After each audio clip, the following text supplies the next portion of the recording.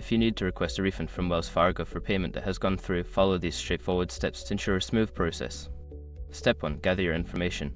Before filing a refund or dispute, use the sroc.com link in the description to open the refund dispute deadline calculator and confirm your deadline.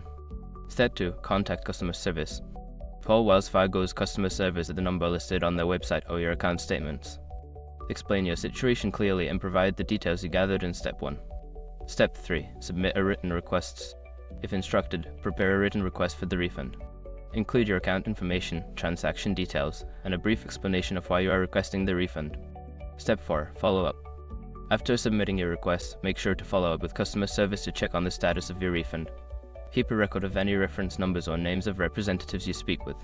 Step 5. Review your account. Once your refund is processed, review your account to ensure the funds have been credited correctly. If there are any discrepancies, contact customer service again for clarification.